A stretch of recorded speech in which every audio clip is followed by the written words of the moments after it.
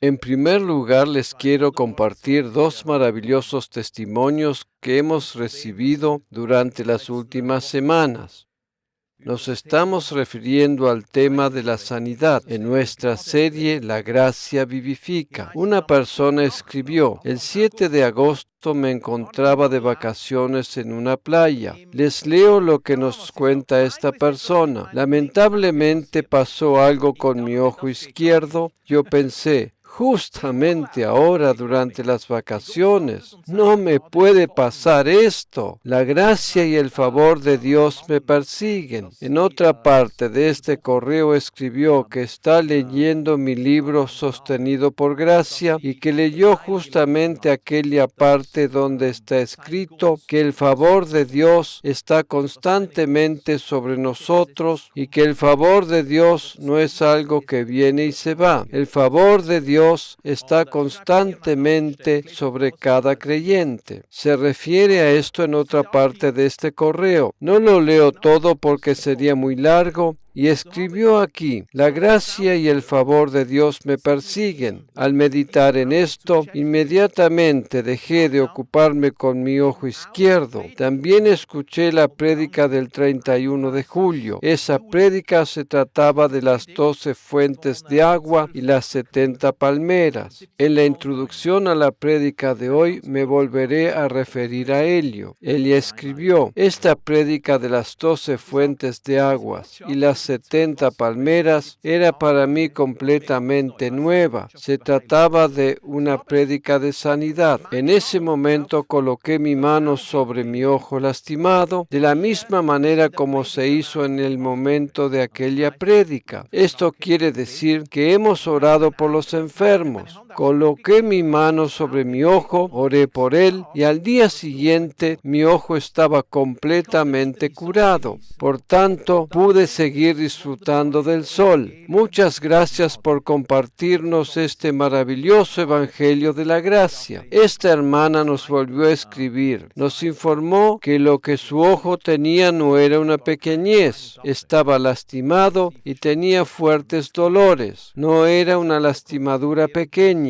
Ella dice que pudo seguir disfrutando de sus vacaciones. La sanidad en el nuevo pacto sucede por escuchar la palabra de Dios y como consecuencia actuar de acuerdo a lo que escuchamos. Actuamos aceptando que hemos sido sanados. El otro testimonio nos ha llegado desde México, de nuestra página web en español. Quien escribe es pastor de una iglesia en México. Él le escribió al pastor Eduardo, nuestro pastor para el ámbito de habla hispana. El pastor Luis cuenta que comparten con nosotros un maravilloso testimonio. Él nos contó que la hermana Estela tiene 55 años de edad. Ella comenzó a percibir ciertos síntomas de enfermedad en su cuerpo. Hace 2 meses se le realizaron varios estudios médicos. El diagnóstico fue diabetes y 3 tumores en su seno izquierdo. Justamente, entonces el pastor Luis estaba predicando la serie Protección Perfecta, inspirado en la serie de prédicas del pastor Erich Engler. Estela comenzó a creer la palabra de Dios en cuanto a protección perfecta y también en que el Señor la sanaría. Ella dijo algo así: Dios vive en mi cuerpo, yo soy la justicia de Dios en Cristo Jesús y confieso que estoy cubierta por varias capas. ¿Te acuerdas del tabernáculo? El tabernáculo tiene 4 coberturas. 4 capas de cobertura están sobre el tabernáculo. Por decirlo así, esa es nuestra protección. Es nuestra protección perfecta. Es nuestra protección realmente perfecta debido a que como cristianos renacidos vivimos en el lugar santísimo. Esta cuádruple protección está sobre nosotros. Luego nos dice diciendo este testimonio: hace 3 semanas celebramos la Santa Cena y en esta reunión la hermana Estela confesó que había sido completamente sanada y que está completamente protegida. Hace una semana Estela fue nuevamente revisada con los aparatos más modernos. El 31 de julio ella dio testimonio del resultado resultado de los estudios. Los tumores habían desaparecido y respecto a los valores de la sangre, el médico dijo: Señor Estela, su sangre está mejor que la mía. Qué médico interesante, ¿verdad? El médico también le dijo: está sana, no tiene nada. Le damos la gloria a Jesús por su amor y por su perfecta protección. Y bendecimos al pastor Engler por la impartición y revelación de la perfecta protección en Jesús. Saludo desde Durango, de la Iglesia Sion, Pastor Luis Rueda. ¿No es verdaderamente maravilloso? Hace poco nos envió fotos. El pastor Luis con su iglesia se mudaron. A causa del favor de Dios, tienen un nuevo edificio. Nos enviaron fotos de la nueva sala de reuniones. La verdad que se ve muy bien. Realmente se ve muy bien. En el nuevo pacto recibimos sanidad simplemente por oír. Por tanto, adivina ahora lo que habrá de suceder durante esta prédica. Sanidad. Amén. Sucederán sanidades simplemente por escuchar la palabra de Dios. ¿No es maravilloso cómo las personas reciben justamente aquellos aspectos aplicables para sus vidas? Como por ejemplo esta cobertura de 4 capas, aquello que te ha sido revelado, aquello que justamente ahora el Espíritu Santo tiene preparado para ti. Aprópiate de ello, exprésalo con tu boca, confiésalo, y maravillas sucederán. Amén. Lo que está preparado especialmente para ti puede tratarse de diferentes cosas en las diferentes personas. Al comienzo de esta serie, escuché como el Señor me dijo: donde está presente mi gracia, allí también siempre está activa una forma de sanidad. Sanidad corporal, sanidad almática, sanidad de diferentes cosas, por ejemplo, de frustraciones, de cosas completamente diferentes. ¿De acuerdo? Se trata de cosas que Dios quita de nosotros. Durante esta reunión sucederán operaciones divinas. Amén. El mejor médico está presente. Los valores de su sangre son los mejores. Ese médico está caminando hoy entre nosotros. Gracias, Jesús. Nos dirigimos ahora al libro de Éxodo capítulo 15. En Éxodo capítulo 15, Dios se revela al ser humano por primera vez como: yo soy el Señor tu sanador. En Éxodo capítulo 15, versículos 23 al 27. Allí leemos: y llegaron a Mara, se trata de Israel, y no pudieron beber las aguas de Mara, porque eran amargas. Por eso le pusieron el nombre de Mara. Entonces el pueblo murmuró contra Moisés y dijo: ¿qué hemos de beber? Y Moisés clamó al Señor, y él le mostró un árbol, y lo echó en las aguas, y las aguas se endulzaron. Allí les dio estatutos y ordenanzas, y allí los probó. Siguiente versículo. Y dijo: si oyeres atentamente la voz del Señor tu Dios, e hicieres lo recto delante de sus ojos, y dieres oído a sus mandamientos, y guardares todos sus estatutos, ninguna enfermedad de las que envié a los egipcios te enviaré a ti, porque yo soy el Señor tu sanador. Y llegaron a Elim, donde había 12 fuentes de aguas y 70 palmeras, y acamparon allí junto a las aguas. En este pasaje hay muchísimas enseñanzas. Podríamos ocuparnos con ellos durante 10 reuniones. Hay muchísimo en este pasaje. Para empezar, ten en cuenta que ellos llegaron a un lugar que se llamaba amargo, Mara. Mara significa amargo. En este lugar amargo, Dios transformó lo amargo en dulce. Justamente eso es lo que Dios hará si tú se lo permites. Tu vida amarga será transformada en dulce. Los creyentes renacidos no deberían tener una vida amarga, sino más bien una vida dulce. Porque, ¿qué hizo Moisés? Moisés tomó un madero. La madera es tipológicamente un cuadro de la cruz, y él lo echó al agua amarga. En el momento en que la cruz es echada al agua, lo amargo será transformado en dulce. Justamente por esa razón dije al principio que arrojes la cruz hacia cada situación de tu vida. Aplica la cruz a cada situación de tu vida. Si en nuestra vida tenemos la cruz de Jesús, si la tenemos en las corrientes de la vida, entonces cada corriente amarga será transformada en dulce. Se trata del poder de la cruz. Se trata del poder de la cruz. La cruz tiene el poder. No se trata de algún poder que pudiéramos fabricar nosotros. La cruz es sumamente poderosa. Pablo se refería al poder de la cruz. Nosotros tomamos ese madero y lo arrojamos sobre cada situación, y el poder de la cruz transforma cada situación sin que tú sepas de qué manera lo hizo. La cruz tiene tanto poder.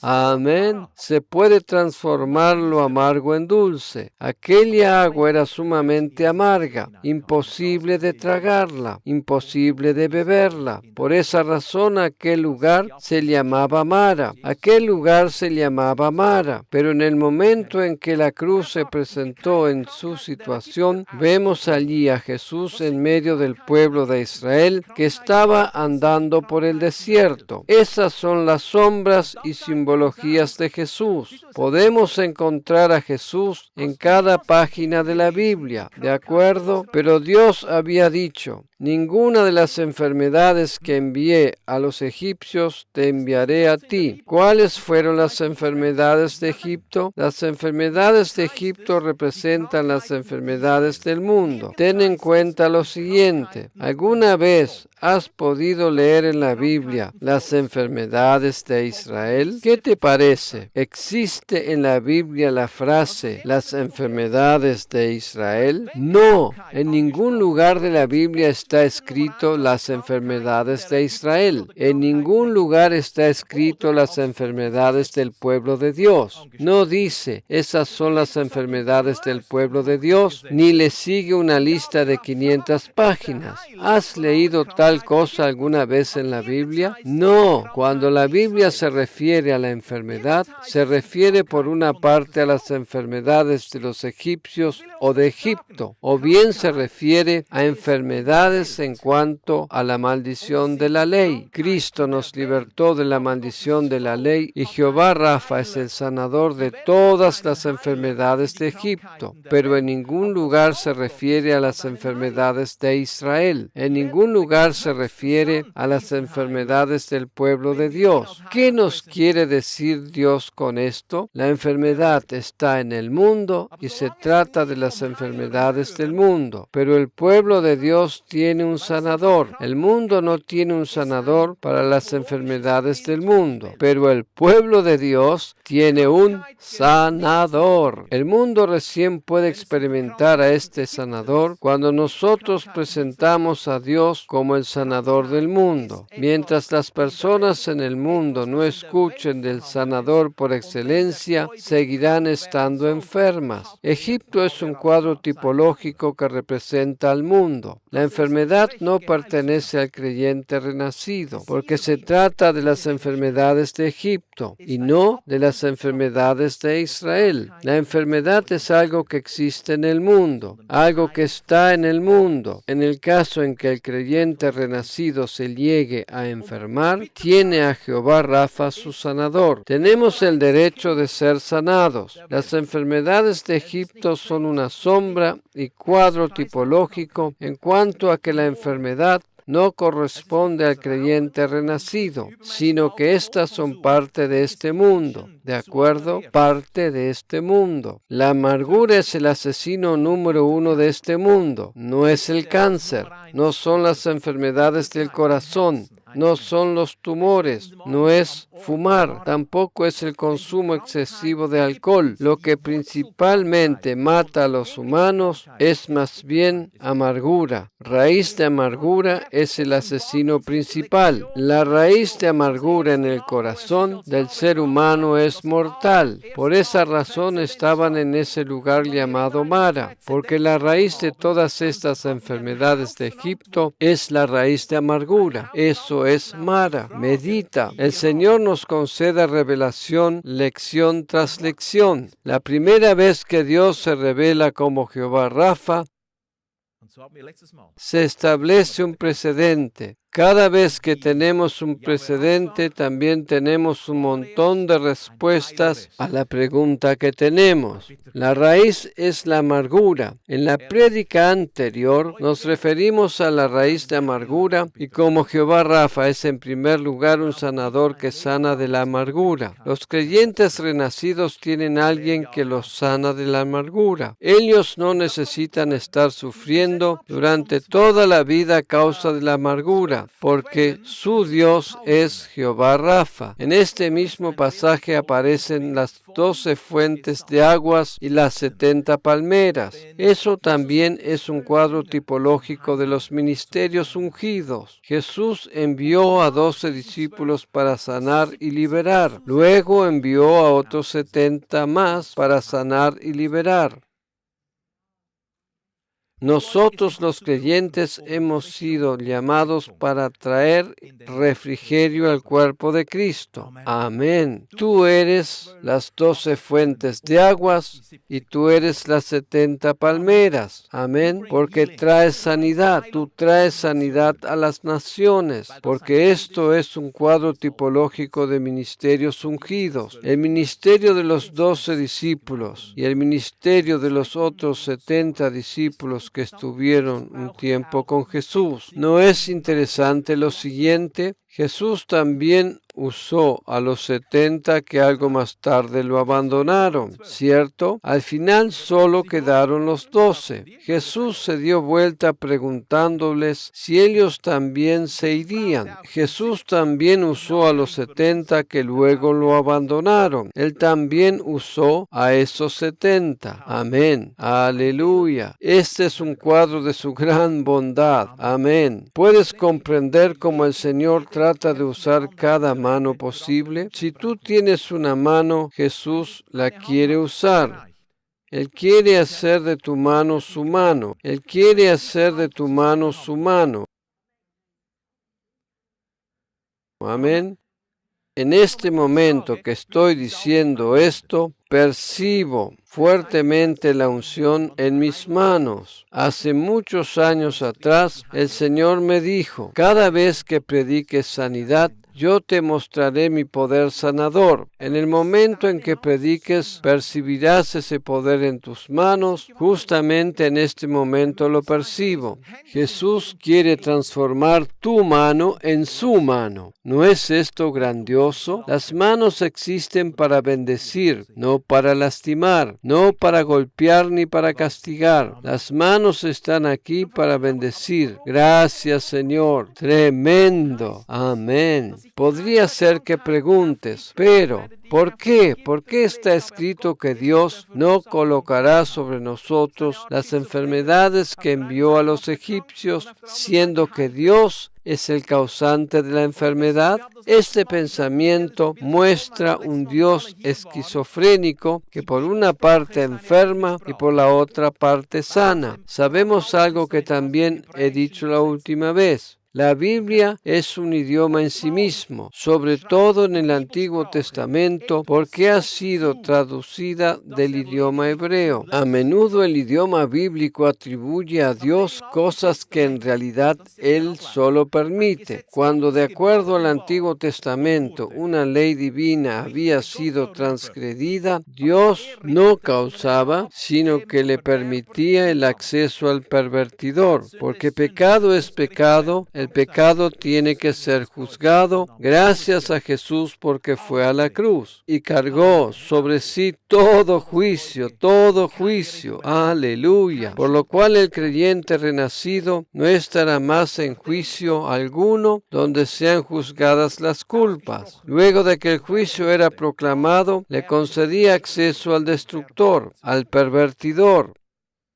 Y justamente en esto, el idioma bíblico, el hebreo, afirma que Dios lo ha hecho cuando en realidad solo lo ha permitido. Porque en cuanto al idioma hebreo es sumamente dificultoso traducir correctamente lo permitido y lo causante. Los verbos causativos y los verbos permisivos en el idioma hebreo son sumamente difíciles de traducir. Justamente por esa razón, nuestras traducciones a veces expresan que Dios hizo algo, cuando en realidad debiera decir que Dios solamente lo permitió, que Él solamente lo permitió. Él le concedió permiso al destructor. Él tenía que concederle permiso. Se trataba simplemente de conceder permiso y jamás que Dios fue el causante. La última vez nos habíamos referido detalladamente a esto. Tenemos que distinguir si está escrito en forma causativa o en una forma que solo otorga permiso. Lamentablemente, muchas veces ha sido traducido en forma causativa. No tiene sentido que Dios fuera el causante. Y por otra parte, Él mismo dice: yo soy el Señor tu sanador. No vamos al médico con la intención de enfermarnos, ¿cierto? En ese caso no irías al médico. ¿En qué piensas cuando hoy tú oyes la palabra médico? Piensas en alguien que podría ayudarte, en alguien que te ayudará, en alguien que podría recetarte el medicamento correcto, en alguien que podría confeccionarte la receta correcta. Tú no vas al médico para enfermarte, ¿cierto? Cuando pensamos en el médico, pensamos en alguien que podría ayudarnos. Si Dios afirma: yo soy el Señor tu sanador, entonces jamás puede ser alguien que enferma o que causa enfermedades. De esa manera comprendemos cómo la Biblia suele hablarnos en su propio idioma. A veces ha sido traducido que Dios lo hizo, cuando en realidad solo lo ha permitido. Es importante tener en cuenta esta realidad. ¿Te has dado cuenta que los israelitas, en los versículos 24 y 25, leemos allí, en los versículos 24 y 25, que los israelitas murmuraron contra Moisés? El pueblo de Israel murmuró contra Moisés. ¿No es interesante observar que a pesar de que habían murmurado, Dios siguió demostrándoles su bondad? ¿Sabes por qué razón esto era de esa forma? Era así porque esto sucedía antes de la ley. Este es el tiempo antes del Sinaí. Antes del Sinaí. Hay que comprender que la murmuración produce en sí mismo un proceso automático. Murmurar no es bueno y sano. ¿De acuerdo? Murmurar no es sano y no te ayudará. Por el contrario, te enfermará.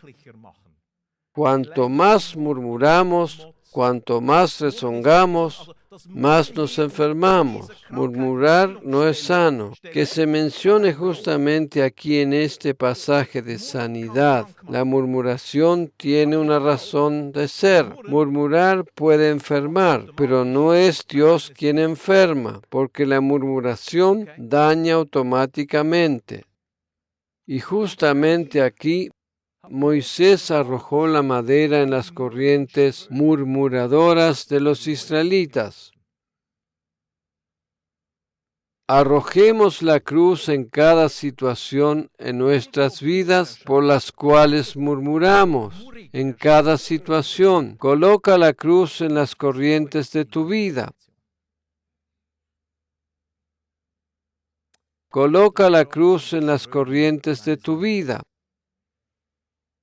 Porque el creyente renacido debiera tener una vida dulce y no una amarga, ninguna vida amarga. Pero, ¿sabes lo que pensaban los israelitas a pesar de todo lo que había sucedido? Después de lo que sucedió en el Sinaí, después que recibieron los 10 mandamientos, ellos tenían una imagen muy singular de Dios. Ellos tenían su propia imagen de Dios, a pesar de que Dios se les reveló una y otra vez. ¿No es irónico? Dios les dijo: yo soy el Señor tu sanador. Y ellos, sin embargo, creían que Él les odiaba. Esa era la imagen que tenían. Dios les dijo: yo soy el Señor tu sanador, pero ellos creían que Dios los odiaba. Así como fue en aquel entonces, frecuentemente también lo es en la actualidad. Aquí en la Biblia está escrito, yo soy el Señor tu sanador. Aquí también está escrito, yo te amo. ¿Por qué creen ciertas personas, a pesar de ello, que Dios les odia? Tienen una imagen incorrecta de Dios. ¿Sabes en qué lugar dijeron esto los israelitas? En Deuteronomio 1, versículo 27. Allí puedes contemplar cuál era la imagen que tenían de Dios. Y murmurasteis en vuestras tiendas diciendo, porque el Señor nos aborrece. En la traducción de Lutero está escrito, porque el Señor nos guarda rencor. El Señor me guarda rencor, porque el Señor nos aborrece, nos ha sacado de tierra de Egipto. Medita, la verdad es que porque Dios los amaba tanto, los sacó de la tierra de Egipto, pero ellos tenían esa falsa imagen para entregarnos en manos del amorreo para destruirnos. Durante la salida de Egipto tuvieron que vencer algunas dificultades, pero el Señor siempre estuvo presente, siempre estuvo con ellos. Su falsa imagen les decía que Dios los aborrecía, que el Señor les guardaba rencor. ¿No es esto un cuadro terrible? Si Dios te odiara y te guardara rencor, no podría ser tu sanador. Sería imposible. Dios no puede ser tu sanador si realmente te aborrece. Si está enojado contigo, si está airado, no puede ser a la misma vez un sanador. Pero la buena noticia es que Dios dijo, yo soy el Señor tu sanador. Dios te está diciendo a su vez, yo no te aborrezco. Yo no estoy enojado contigo, no te guardo rencor. Yo soy el Señor tu sanador, me eres agradable, yo quiero ayudarte. Tales palabras no pueden decirse si estamos enojados con alguien o cuando aborrecemos a alguien. El sanador no está airado. Amén. El sanador no está enojado. De otra manera no podría ser el sanador.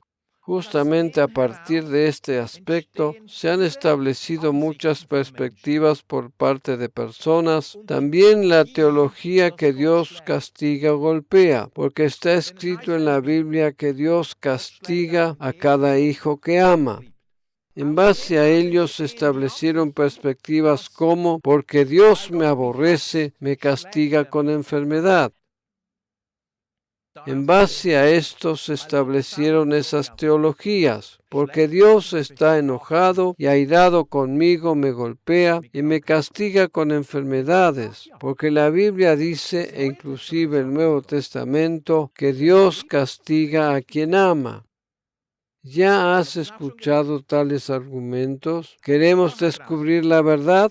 Aquello que realmente Dios dice allí, ¿cierto? Queremos descubrir la verdad respecto a lo que Dios realmente dice allí, ¿de acuerdo? ¿Quieres descubrir lo que realmente significan esas expresiones? Porque el Señor no te guarda rencor.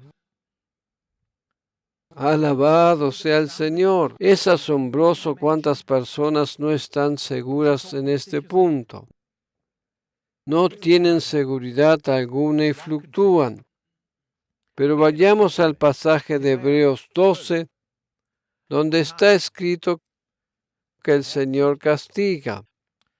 Porque el Señor al que ama disciplina y azota a todo el que recibe por hijo. ¿Se siente alguno de ustedes transportado al pasado por medio de la máquina del tiempo?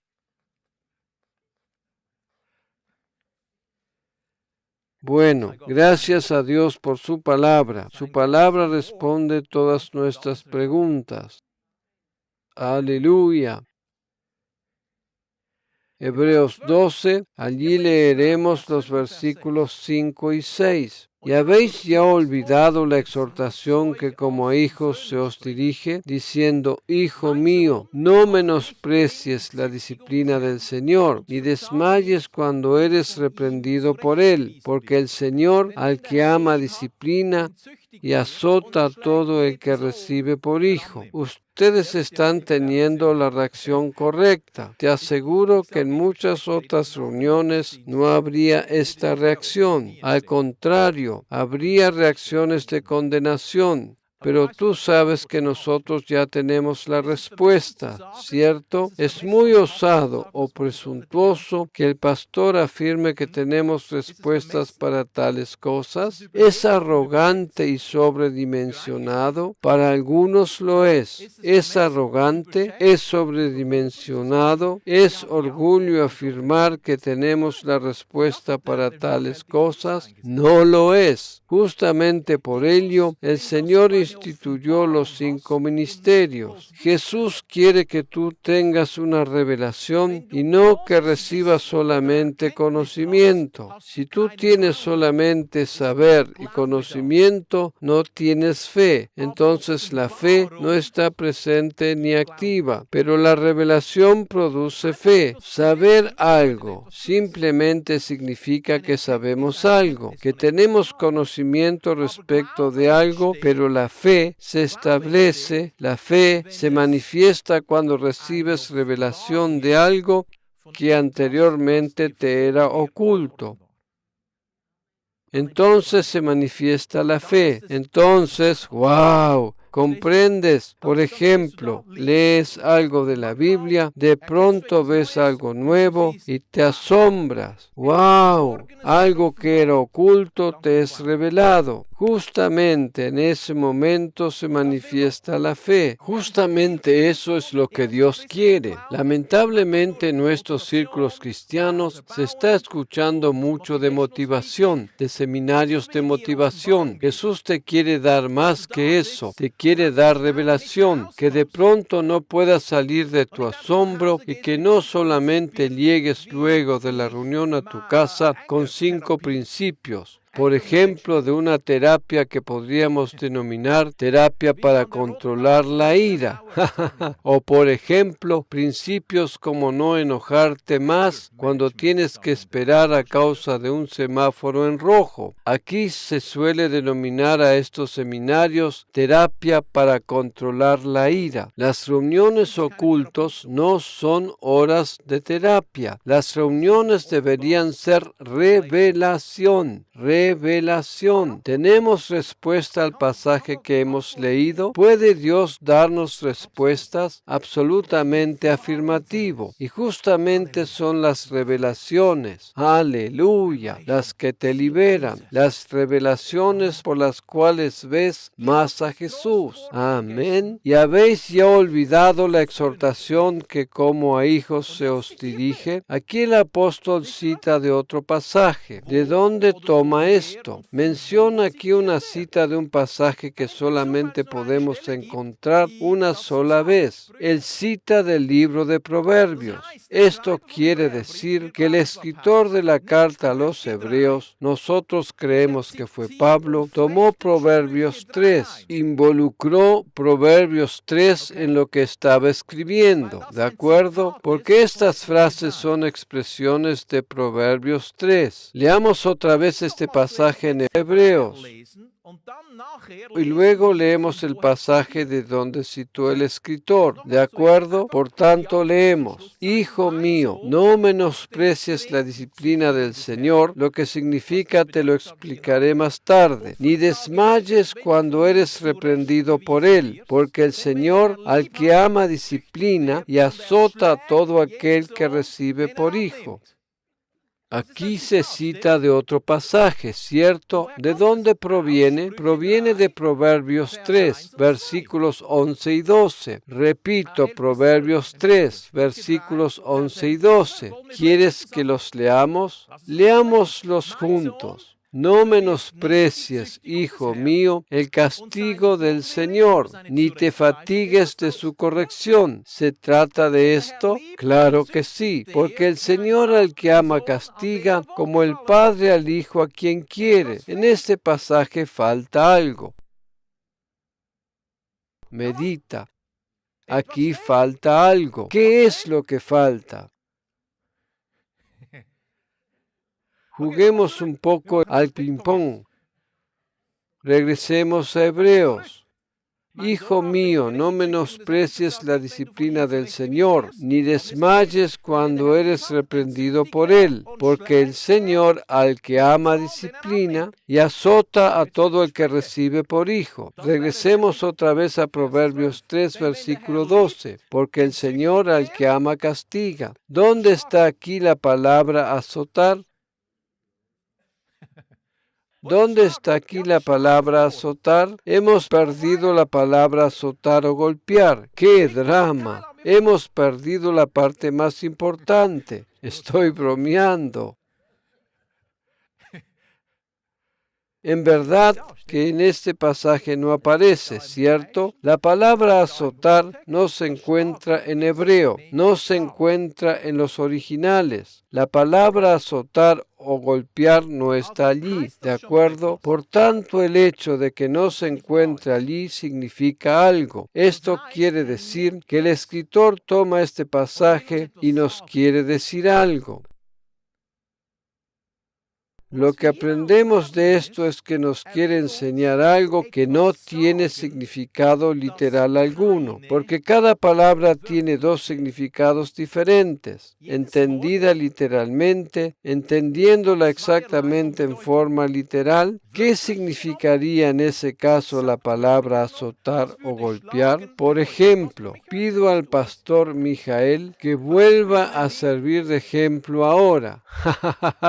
Todos ustedes se imaginan lo que puede llegar a suceder ahora. Si yo lo aplicaría ahora literalmente, ¿cierto? Lo golpearía físicamente. Pero cada palabra también tiene un significado y aplicación simbólica. ¿Podría la palabra azotar o golpear significar algo simbólicamente? Claro que sí, absolutamente. La palabra azotar o golpear puede tener diversos significados. Literalmente significaría que golpeamos físicamente a alguien. Por otra parte, simbólicamente como metáfora puede tener otros significados, ¿de acuerdo? La palabra griega para azotar o golpear es mastigó, mastigó con doble O, mastigó. Esta es la palabra griega para azotar o golpear, mastigó, ¿de acuerdo? Es la palabra para azotar o golpear. No se está refiriendo al Padre y al Hijo, ¿cierto? Por tanto, si el Padre azotara de la manera que hace 2000 años se solía hacer entonces, se vería como en esta imagen, en el tiempo de Jesús, en este gráfico, porque lo que estás viendo aquí, eso es mastigó, eso es azotar. Esta es una imagen de la película La Pasión. La Pasión es muy sangrienta. Esto es azotar, es golpear, castigar. Jesús fue azotado. Jesús atravesó una pasión, atravesó un camino de sufrimiento. Aquel que está azotando se ve como un padre amante. De ninguna manera. Por tanto, azotar en este pasaje no puede significar esto, ¿cierto? Contempla a ese hombre como se goza en azotar, en destruir a Jesús. Es una imagen de la película La Pasión, ¿de acuerdo? Vemos aquí como este hombre tiene placer en azotar. Hay ciertas personas que tienen esta imagen del Padre Celestial en sus cabezas,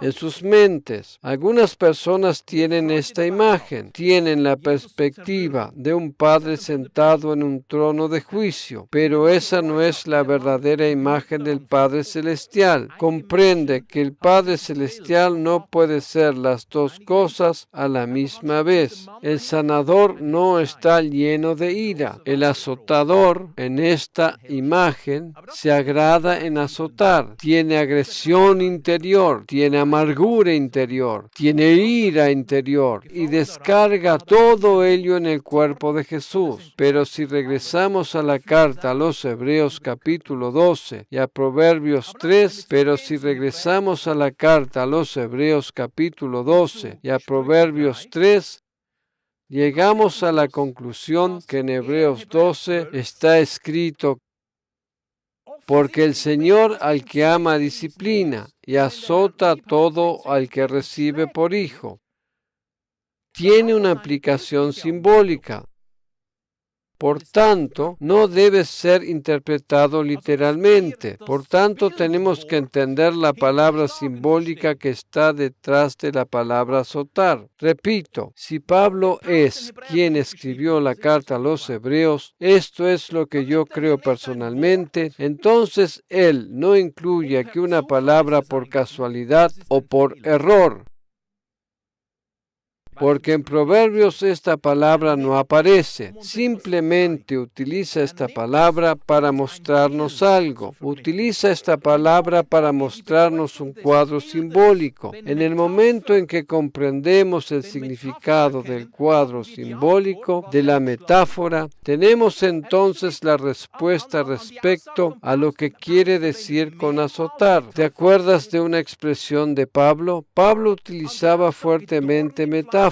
¿Te acuerdas de la expresión aguijón en la carne? Denominaciones completas dieron por sentado que esto significaba una enfermedad en los ojos de Pablo, la enfermedad de las cataratas.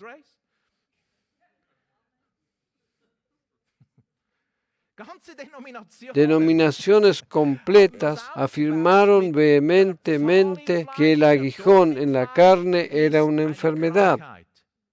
Pero en realidad se trataba de una metáfora, e inclusive el Antiguo Testamento nos explica la metáfora, porque aguijón en la carne es un refrán del Antiguo Testamento proveniente de pueblos extranjeros que se mezclaron con Israel y los cuales al pasar los siglos llegaron a ser para ellos un aguijón en la carne. ¿Comprendes?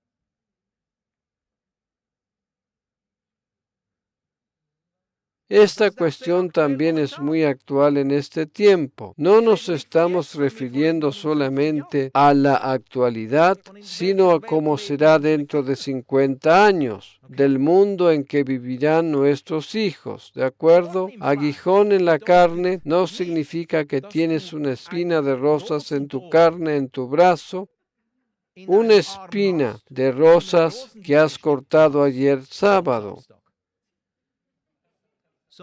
En realidad se trata de una palabra simbólica que significa que puede ocasionar problemas, disgustos. En el caso de Pablo, el aguijón en la carne era la persecución constante que sufría. Ese era su aguijón, porque tuvo que soportar tiempos en los cuales reiteradamente era perseguido. Por tanto, su aguijón en la carne no era una enfermedad, tampoco algún quebrantamiento en su cuerpo, sino que se trataba de situaciones en las que se encontraba, las cuales eran extremadamente incómodas para él. De esto se trataba el aguijón en la carne. En ese mismo momento él dijo que se gloriaba en su debilidad y en todas las cosas que tenía que atravesar, porque entonces su gracia era mucho más poderosa en él. Aleluya. En esos momentos la gracia de Dios se manifiesta más poderosamente en él. Por tanto, metáforas, el lenguaje simbólico también se aplica en este caso de la palabra azotar. Podemos entender el significado de la palabra azotar solamente si previamente entendemos el significado de la palabra disciplina, porque la disciplina está relacionada con golpear o azotar, o bien está conectada con la disciplina del Señor. La palabra griega para disciplina es paideia. Esa es la palabra griega paideia. La palabra correspondiente en la actualidad sería pedagogo.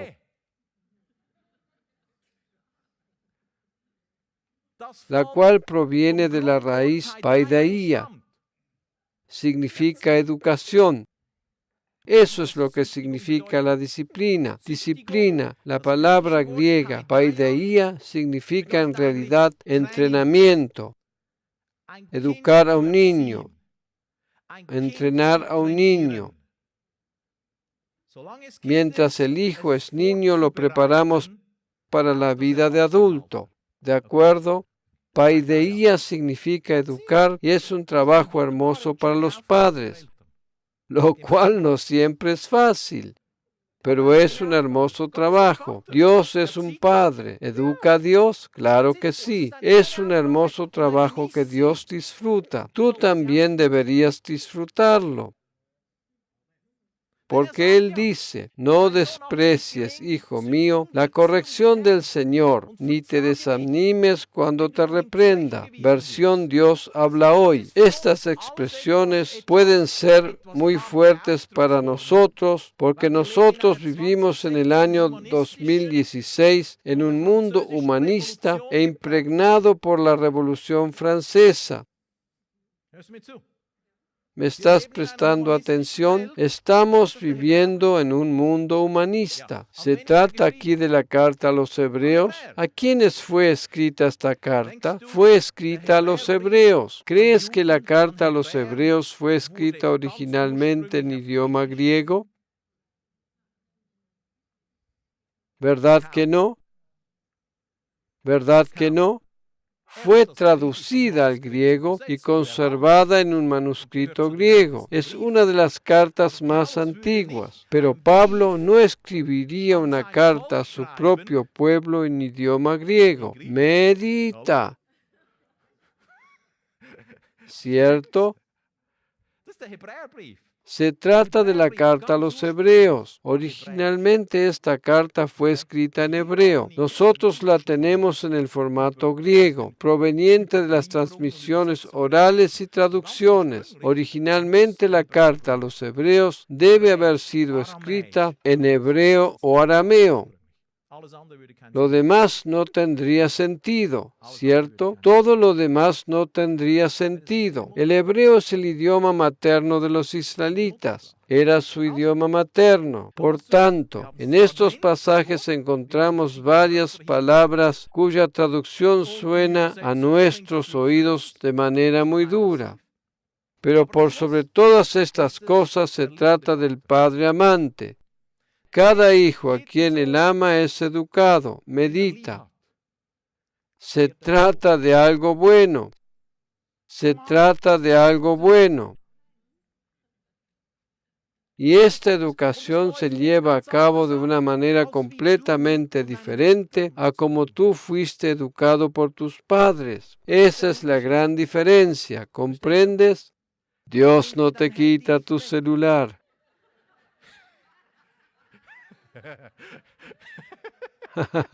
De verdad, créemelo. Para algunos de ustedes este es el momento de revelación.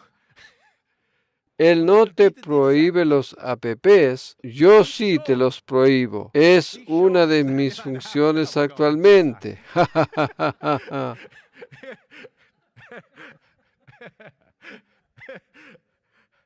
La educación del Padre es diferente, ¿cierto? Su educación es diferente, pero ¿sabes qué cosa es igual, que es lo mismo? Hay una gran cosa que es la misma cuando Dios nos educa y cuando nosotros educamos. Se trata solamente de una palabra y es no.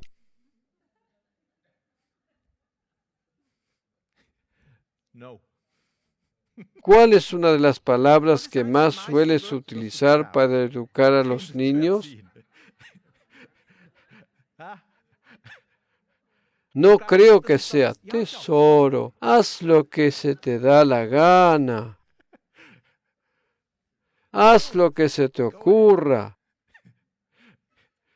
Los niños te dicen, cómprame esto, cómprame lo otro, por favor, cómprame esto. Por una parte, me agradaría comprarles todo, pero por un lado se trata de una cuestión económica. Por otro lado, se trata de una cuestión de tiempo. ¿Qué es lo que me queda por decir en esos casos? Es decir, no, todavía no es posible, espera todavía. Podría ser que podamos comprar pensarlo, pero todavía no. ¿Cuántas veces has dicho cosas parecidas durante esta última semana? Puede ser que alguna vez lo hagamos, pero ahora no. Sabe esperar, espera, espera, espera. Justamente esto es educación, porque muchas cosas en nuestra fe suceden con longanimidad, con perseverancia, con crecimiento. No siempre podemos tener todo inmediatamente. Esperar y crecer, esperar y crecer, crecer. Una vid no crece durante una sola noche. Todo aquel que tiene una vid sabe que es necesaria toda una sesión hasta que alcanzó su tamaño óptimo. Una vid necesita tiempo. ¿De acuerdo? Durante este tiempo no podemos hacer todo aquello que quisiéramos, ¿cierto? Eso es parte de nuestra educación, ¿de acuerdo? Los no que escuchamos son parte de la educación. Los no son prohibiciones ni reglas, sino simplemente no es posible, ¿de acuerdo? Los propios hijos tienen extremadamente muchos deseos, ¿cierto? Y ellos siempre quieren recibir todo inmediatamente. Por eso me preguntan siempre lo mismo cada 2 horas. Mi respuesta sigue siendo no. Espera, y esta espera es muy incómoda. Esta espera es muy incómoda para tu carne, y cada no que recibes como respuesta es incómodo y ocasiona en tu interior dolor, porque esto es lo que la palabra azotar significa simbólicamente. Azotes ocasionan dolor. ¿Me estás prestando atención? Azotes ocasionan dolores, y eso es lo que la educación produce. Ocasiona dolores. No se trata de dolores corporales o físicos. ¿Me estás comprendiendo? Se trata de los dolores de la transformación. Se trata del dolor a causa de no poder recibir lo que nos imaginamos. Se trata del dolor de la corrección.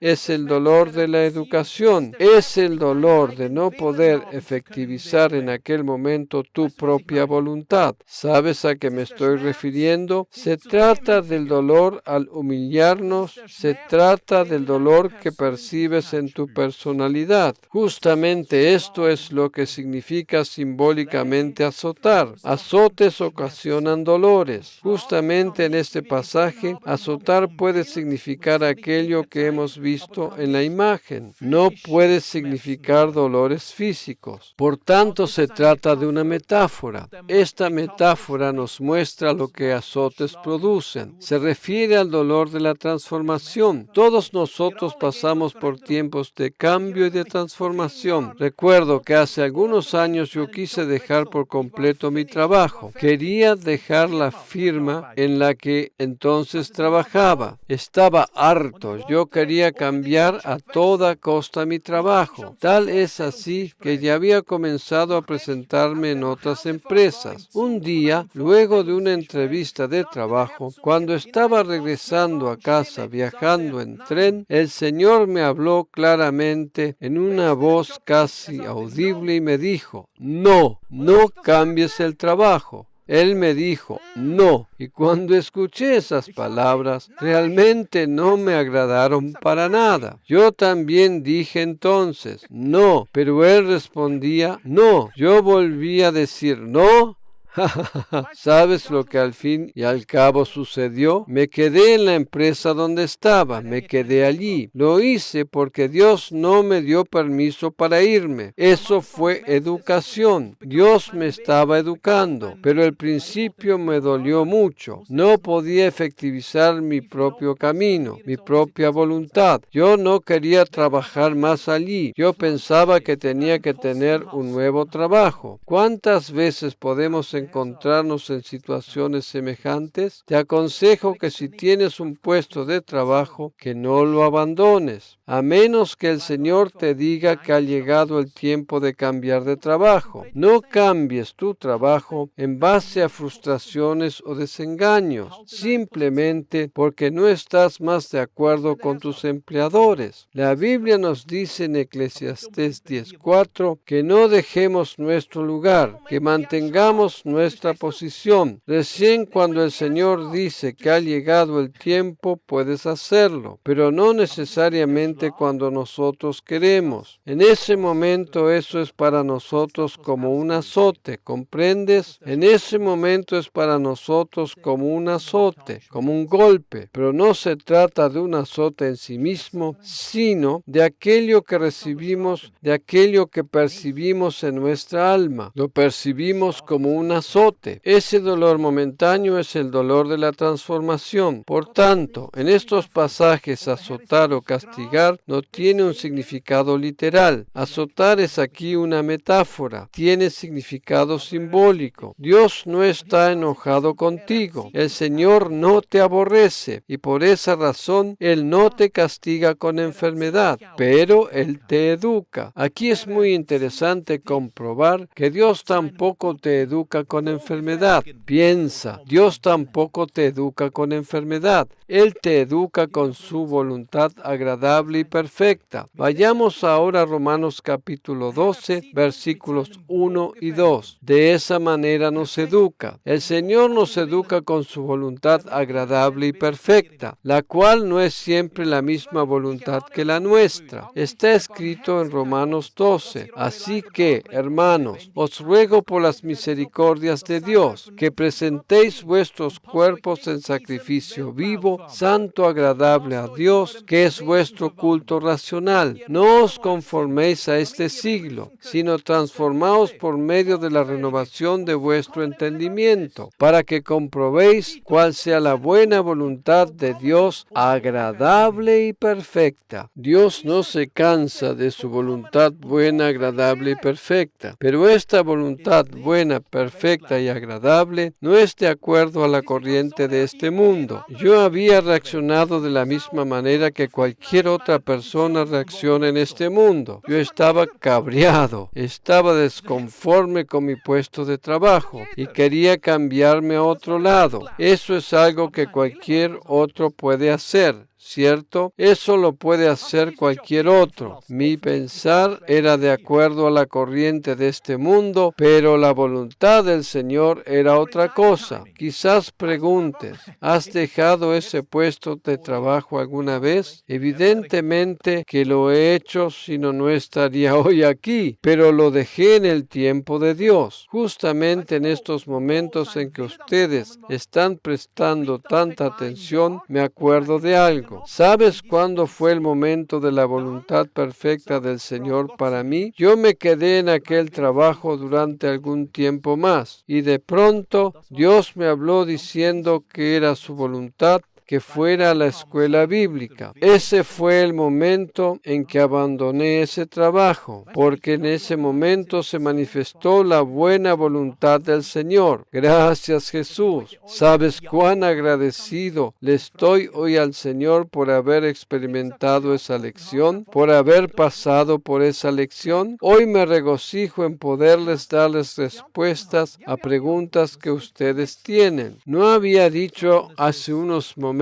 lo que significa azotar en este pasaje. ¿Azota a Dios literalmente? Tenemos respuestas. Tenemos las respuestas. No se trata de algo presuntuoso, sino que es verdadera revelación. Amén. Es sabiduría. La sabiduría ve de antemano. ¿Qué hubiese sucedido si hubiese cambiado el trabajo en aquel momento? Realmente no lo sé. Nunca recibí respuesta al respecto. Siempre pasa lo mismo. La gente me pregunta, ¿qué hubiese pasado? ¿Qué es lo que no sucedió? Dado que el Señor te dijo que no fueras a cierto lugar y te quedaste en casa. ¿Qué es lo que pudiera haber sucedido? ¿No te moviste de tu casa? ¿Qué es lo que te sucedió entonces? Nada pasó, no pasó nada. Justamente ese es el milagro, porque cuando tú te mueves antes del momento que debieras moverte, puede llegar a suceder algo. Pero si no te mueves nunca nunca sabrás aquello que no sucedió. Realmente eso es muy bueno. ¿Sabías que Dios constantemente nos protege y no nos muestra cómo nos ha guardado? Por ejemplo, cuando estabas andando en bicicleta y te rozó un coche, autocarro, quizás no te diste cuenta porque estabas con auriculares escuchando alabanza. Situaciones que ni siquiera te has dado cuenta de los peligros, ¿cierto? El Señor mantendrá alejado de ti muchas situaciones peligrosas de las cuales ni siquiera te puedes imaginar. No te enteras de todos aquellos que te quisieron matar, que te quisieron dañar, de todos aquellos que en vano te han maldecido, de quien estaba enojado contigo, situaciones de las cuales nunca te has dado cuenta. Y realmente es muy bueno que sea así. Amén. Es muy bueno porque Dios ama a cada hijo. Su maravillosa educación es algo que nosotros no debiéramos despreciar, es algo que debiéramos aceptar con agrado en nuestras vidas. Deberíamos decir: Señor, cada vez que me quieras educar o corregir, te pido que lo hagas. Cada vez que me quieras enseñar algo, hazlo por favor. Ayúdame, Señor, porque yo necesito tu educación y corrección. Mira hacia quien está a tu lado y dile con mucho amor: disciplina produce fruto. Disciplina produce fruto. No lo digas enojado como lo diría un legalista. ¿Has entendido al fin? No produces fruto. Hoy les he enseñado todo esto para que la próxima vez podamos referirnos a la humildad, a fin de que puedas aprender de que sanidad también puede suceder por medio de la humildad. Por medio de la humildad. Amén. Alabado sea el Señor. El fruto maravilloso de Dios. Como padres, permítanse guiar por el Señor. Permite ser guiado por el Señor. No apliques todos los propios conceptos de educación, sino permite ser guiado por el Señor. Quizás haya cosas que tienes que hacer de otra manera, como lo has hecho hasta ahora. Quizás hay cosas que no debieras decir más. Quizás hay cosas que no debieras encarar de la forma que lo has hecho hasta ahora, porque si tú primero eres educado por el Señor, entonces Él te muestra cómo tienes que educar a tus propios hijos. Amén. Gracias, Jesús. Aleluya. El Señor es bueno. Su bondad y su gracia son eternas. Recuerda que el Señor no te aborrece. El Señor no te azotará con enfermedad y quebrantamiento. El Señor te ama, no está airado. Él es el Señor tu médico, el Señor tu sanador. Solamente Él conoce nuestro futuro. A veces cuando Él nos responde con un no, ello suele resultar favorable para nuestra salud y estabilidad en el futuro. Justamente cuando nos responde con un no, entonces también resulta de beneficio para mi cuerpo. Amén. Padre, te agradezco porque tú manifestarás tu favor sobre cada uno de los presentes, de los que miran por internet. La comunión del Espíritu Santo sea con todos ustedes. El poder de Dios esté con ustedes. El poder sanador de Dios esté con ustedes. Gracias porque manifestarás tu maravillosa bondad, tu constante favor a todos ellos. Ellos tendrán mucha gracia y mucho favor durante esta semana. Gracias, Señor, a fin de que podamos compartir esta gracia con otros. Amén y amén. Alabado sea el Señor. Les deseo una semana maravillosa. Lleva contigo este favor y recibe todo aquello que Él ha preparado para ti. Amén. Hasta la próxima.